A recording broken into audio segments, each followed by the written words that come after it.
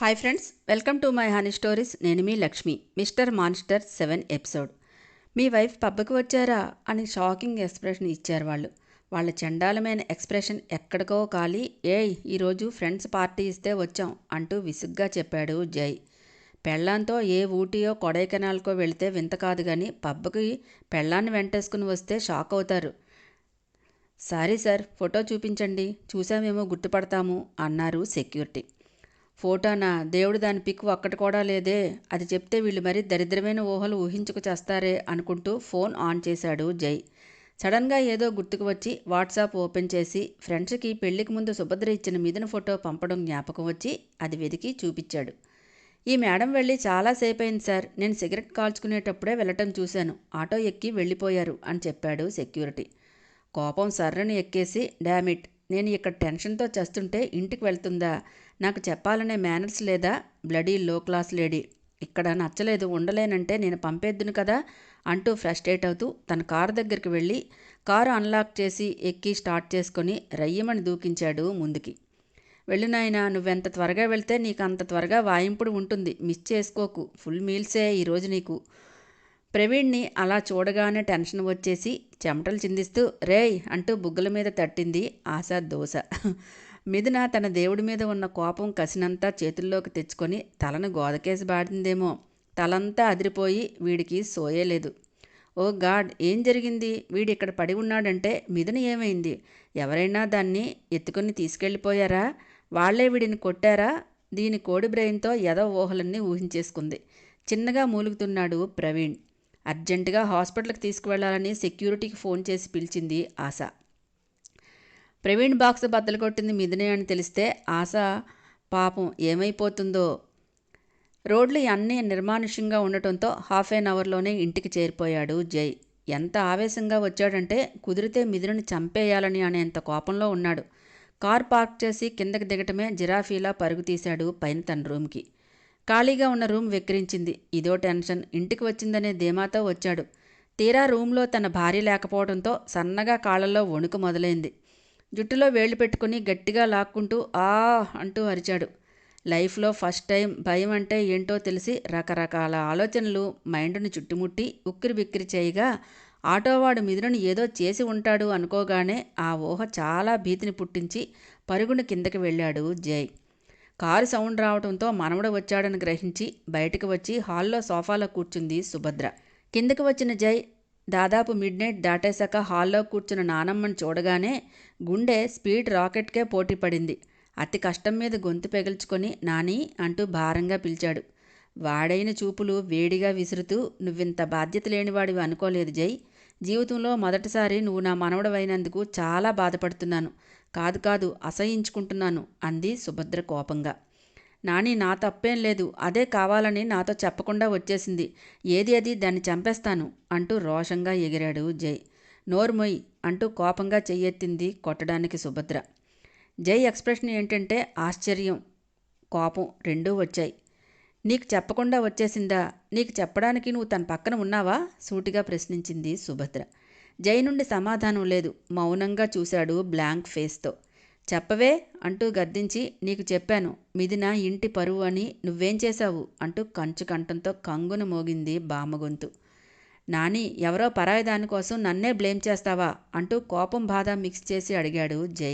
మళ్ళీ అదే మాట, నీ నోటి నుంచి ఎవరో ఏంటి, మిథున నీ భార్య, నీ కష్టంలో సుఖంలో సంతోషంలో అంతెందుకు నీలో కూడా సగం పంచుకునేది, అది తెలుసుకో. ఎటు గాలి వీస్తే అటు ఎగిరిపోయే చిత్తుకాగితం కాదు ఆమె, నీ వంశాన్ని వృద్ధి చేసేది అంటూ చాలా కోపంగా అంది సుభద్ర. నాకు ఇష్టం లేకుండా బలవంతంగా ఒక లో క్లాస్ లేడీని తెచ్చి నాకు పెళ్లి చేసిందే కాక దానికోసం నాకే క్లాస్ పీకుతున్నావా అంటూ ఉక్రోషంగా అన్నాడు జై. ఆమెది లో క్లాస్ కాదు, నీది ఆ క్లాసు, అది తెలుసుకో. మానవత్వం లేకుండా ప్రవర్తించే నీ ఫ్రెండ్స్ ఏ క్లాస్ వాళ్ళు, కంటికి ఇంపైన అందం కనిపించగానే శరీరాన్ని అప్పగించే వాళ్ళని ఏ క్లాస్ అని పిలవాలి చెప్పు అంటూ గద్దించి అడిగింది. పళ్ళు కొరుకుతూ అలాగే చూశాడు జై. నువ్వు మారకపోతే నీ ప్లేస్లోకి మిథున లైఫ్లోకి మరొకరు వస్తారు. ఏ స్వార్థంతో ఆ అమ్మాయిని నీ జీవితంలోకి తెచ్చానో అదే స్వార్థంతో తన బాగు కోసం ఏమైనా చేస్తాను, గుర్తుపెట్టుకో, వెళ్ళు అంది సుభద్ర. అంటే దానికి ఇంకో పెళ్లి చేసి పంపేస్తావా? Good decision, keep it up Nani, నాకు ఈ నస తప్పుతుంది అంటూ మొహం ఆనందంగా పెట్టుకున్నాడు. అవునులే, గాడిదకి ఏం తెలుస్తుంది గంధపు సువాసన విలువ, నువ్వు ఆ బురదలోనే పొర్లు అని కోపంగా వెళ్ళిపోయింది సుభద్రబామ్మ. మా నాని నా మీదకు ఉసుగొల్పుతావే, నిన్ను వదలనే, ఎప్పుడూ చిన్న మాట కూడా అనలేదు, ఇప్పుడు నీ వల్లే అంటోంది అంటూ కోపంతో నల్ల త్రాచులా బుసలు కొడుతూ షూ కాళ్ళతో ఫ్లోర్ గట్టిగా తన్ని వెళ్ళాడు జై. జయబాబు, నీ మొగుడు పోస్ట్ పాయే అనుకుంటా, జరా భద్రం చూసుకో. ఆశా చాక్లెట్ ప్లాన్ అటర్ఫ్లాప్ రావడమే కాకుండా ప్రవీణ్ని హాస్పిటల్కి తీసుకెళ్లి నైట్ అంతా అక్కడే జాగరణ చేసింది. తెల్లవారేక సృహలోకి వచ్చి మూలుగుతున్నాడు ప్రవీణ్. తలకి దెబ్బ తగిలిందనుకొని దానికే ట్రీట్మెంట్ చేశారు డాక్టర్. కింద బాక్స్ బద్దలైందని తెలియలేదు పాపం. నర్సు మూలుగుతున్న ప్రవీణ్ని చూసి డ్యూటీ డాక్టర్ని పిలవడానికి వెళ్ళింది. చైర్లో కుక్కపిల్లలా ముడుచుకొని పడుకుంది ఆశ. డాక్టర్కి చెప్పి వస్తూ మేడం అంటూ తట్టింది నర్సు. మంచి మత్తు నిద్రలో ఉండి తన ఇంట్లో మేడి అనుకుందేమో. ఏయ్ అవతలికి పో అంటూ కసిరి మరో సైడ్కి తిరిగి పడుకుంది. హలో, ఏంటి పోయేది, నీ ఫ్రెండ్కి స్పృహ వచ్చింది చూసుకో అంటూ పెద్ద గొంతేసుకొని అరిచింది మండుకున్న నర్సు. మనలా నోరు పెద్దది అనుకుంటా పాపం పాపకి. దెబ్బకు నిద్రమబ్బు వదిలి గబుక్కును లేచి నిలబడింది ఆశ. కోపంగా చూస్తూ వెళ్ళిపోయింది నర్సు. ఛీ, దీనమ్మ జీవితం, ఈ మిథున్ని ఏదో చేద్దామని ప్లాన్ వేస్తే అది తిరిగి నా మెడకే చుట్టుకునేలా ఉంది. ఈ ప్రవీణ్ గాడు నోరు విప్పితేనే గాని ఏం జరిగిందో తెలిసి చావదు అని తిట్టుకుంటూ ఎర్రగా బొబ్బలెక్కిన తన చేతులు చూసుకుని హో నో అంటూ ఏడుపు మొహం మొదలుపెట్టింది. దోమలు స్ట్రా వేసుకొని జ్యూసులా తన బ్లడ్ తాగేసి వాటి తీపి గుర్తులు ఇచ్చిపోయాయి మరి. చాలా లేటుగా మగతగా కళ్ళు తెరిచింది మిథున. తను ఎక్కడ ఉందో అప్పుడు గుర్తుకు వచ్చి లేచి బెడ్ దిగుతూ టైం చూసింది. 8 అవ్వడంతో ఇంత ముద్దు నిద్రపోయానేంటి అని కంగారు పడుతూ బయటకు వచ్చింది. మిథున, ఎలా ఉందమ్మా అని ప్రేమగా అడిగింది సుభద్ర. బాగున్నా అమ్మమ్మ, క్షమించండి, మెలకువ రాలేదు అంటూ తలదించుకుంది మిథున. దీనికే క్షమాపణలు ఎందుకు, వెళ్ళి ఫ్రెష్ అవ్వు అందావిడ. బుద్ధిగా తల ఊపింది.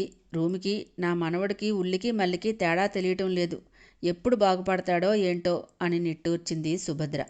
బెడ్ మీద అడ్డంగా పడుకున్న జైని చూసి రోతగా అనిపించి తన బట్టలు తీసుకుని వాష్రూమ్కి వెళ్ళింది మిథున. ఫోన్ పదే పదే మోగి బంగారం లాంటి నిద్రని చెడగొట్టింది. భారంగా కళ్ళు తెరిచి లెఫ్ట్ హ్యాండ్తో ఫోన్ అందుకొని హలో అన్నాడు స్లీపీ వాయిస్తో జై.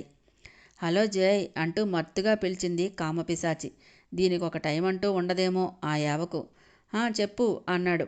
నైట్ నన్ను ఒంటరిగా వదిలేసి వెళ్ళిపోయావేంటి జై, నేనెంత డిసప్పాయింట్ అయ్యానో తెలుసా అంటూ హొయ్యలిపోయింది. నేను తర్వాత మాట్లాడతా అని ఫోన్ కట్ చేసి అటూ ఇటూ దొర్లుతూ కళ్ళు తెరిచి చూశాడు. వాష్రూమ్ నుండి వస్తూ కనిపించింది మిథున. నైట్ తన నానమ్మ పెట్టిన గడ్డి నోట్లోకి వచ్చి నెమరు వేసుకోగానే కోపం తన్నుకుంటూ వచ్చి బెడ్ దిగి కోపంతో మిథున పీక పట్టుకొని గట్టిగా ప్రెస్ చేశాడు జై. హఠాత్తు పరిణామానికి ముందే బెంబేలెత్తి కొన్ని క్షణాల్లోనే సర్దుకొని జై ఎర్రబడిన మొహాన్ని తీక్షణమైన చూపుతో చూసింది బెదరకుండా మిథున. ఏంటి ఆ చూపు అంటూ అరిచాడు. మాట్లాడకుండా అలాగే చూస్తోంది. గొంతు విపరీతమైన నొప్పి వస్తున్నా కొంచెం కూడా చలించలేదు. ఇంకాస్త ప్రెస్ చేస్తూ ఏం చూసుకునే నీ పొగరు అంటూ కోపంగా అడిగాడు. కళ్ళ నుండి నీళ్లు కారిపోతూ ఊపిరి భారంగా మారినా చూపు మార్చకుండా మొండిగా అలాగే ఉంది మిథున. కోపంగా విసిరి, నీకు ముందే చెప్పాను మా నానితో మన మధ్య జరిగే మ్యాటర్ డిస్కషన్ చెయ్యొద్దు అని, మరెందుకు చెప్పావు అంటూ జుట్టు పట్టుకుని గుంజాడు. జై కళ్ళల్లో క్రోధాన్ని చూసి గుటకలు మింగింది మిథున.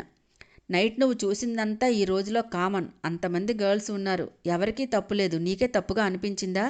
నువ్వు నీ మిడిల్ క్లాస్ బుద్ధిని చూపించావు. ఛీ, ఐ హేట్ లో క్లాస్ పీపుల్స్, నిన్ను టచ్ చేయాలంటేనే రోతగా ఉంది అని అసహించుకున్నాడు. మరెందుకు పెళ్లి చేసుకున్నారు అని కోపంగా అడిగింది మిథున. ఏంటే నోరు లేస్తోంది అంటూ చెళ్ళుని చెంప మీద పీకాడు. తూలి పక్కకు పడింది. నా ముందు వాయిస్ రైజ్ చేస్తే చంపేస్తాను అంటూ దగ్గరకు వెళ్ళి మళ్ళీ కొట్టి, నువ్వు ఈ ఇంట్లో పని మనిషివి అని ముందే చెప్పాను. ఫ్రెండ్స్ దగ్గర ప్రెస్టేజ్ కోసం నిన్ను పార్టీకి తీసుకువెళ్ళాను అంతే, దానికే నీకేదో నేను ప్రయారిటీ ఇచ్చాను అని అనుకోకు. కోపంగా రెక్కపుచ్చుకొని పైకి లేపాడు. నైట్ ప్రవీణ్ గారితో బాగానే ముచ్చట్లాడావుగా, పెద్ద పత్తిత్తు కబుర్లు చెప్తున్నావు, వాడితో కంపెనీ అంత బాగుందా, తెగ హొయ్యలిపోయావు, రమ్మన్నాడా అంటూ అదో రకంగా చూశాడు. బొగ్గమంట కంటే జై మాటలు మరింత బాధిస్తున్నాయి మిథునని. కోపంగా చూస్తూ నాదంత చీప్ మెంటాలిటీ కాదు అంది రోషంగా. నీది ఏ మెంటాలిటీ అయితే నాకెందుకు, నా లైఫ్ నా ఇష్టం. రిస్ట్రిక్షన్స్ పెట్టే రైట్స్ నీకు లేవు, అది తెలుసుకో ముందు. ఇంకోసారి నా ప్రైవసీలోకి ఇంటర్ఫియర్ అయితే చంపి పడేస్తాను. మైండ్ ఇట్, మేనర్లెస్ బ్రూట్ నువ్వు అని తోసి వాష్రూమ్కి వెళ్ళిపోయాడు జై. ఫ్రెషప్ అయ్యి స్టైల్గా రెడీ అయ్యి కింద కూర్చున్న మిథులను కేర్ చేయకుండా కిందకి వెళ్ళిపోయాడు. జై, ఈరోజు ఆడిట్ ఉంది, నువ్వు రావాలి అని చెప్పాడు సారథి. నాకు కుదరదు డాడ్ అంటూ పొగరుగా చెప్పాడు. ఇంకా ఎన్నాళ్ళు జై, లైఫ్ అంటే సీరియస్నెస్ లేదు నీకు అని సీరియస్గా అన్నాడు సారథి. నాకు మీ లెక్చర్ వినే ఓపిక టైం రెండూ లేవు డాడ్, బాయ్ అంటూ బయటికి వెళ్ళిపోయాడు. అమ్మ వీడేంటి విదేశాల్లో చదివిస్తే బిజినెస్ యూజ్ అవుతాడని పంపిస్తే చదువు కంటే అక్కడ కల్చర్ వంట పట్టించుకుని వచ్చాడు అని ఇరిటేట్ అయ్యాడు సారథి. సుభద్ర నుంచి ఎటువంటి సమాధానం రాలేదు. అమ్మ నేను అడుగుతుంటే మాట్లాడవే అని అడిగాడు. ఏం మాట్లాడాలి చెప్పు, నువ్వే అన్నావు కదా నీ కొడుకు ప్రవర్తన గురించి, ఇంక నేనేం చెప్పాలి అంది సుభద్ర. ఏంటో ఎవరికి వారే అన్నట్టు ఉంటున్నారు అంటూ నిట్టూర్చాడు సారథి. హాయ్ ఫ్రెండ్స్, నా ఛానల్ నచ్చితే కనుక లైక్ చేయటం, షేర్ చేయటం, సబ్స్క్రైబ్ చేసుకోవటం మర్చిపోకండి ఫ్రెండ్స్. పక్కనే ఉన్న బెల్ ఐకాన్ని ప్రెస్ చేయండి. ఇంకా నచ్చితే మీ ఫ్రెండ్స్ అండ్ ఫ్యామిలీకి షేర్ చేయండి.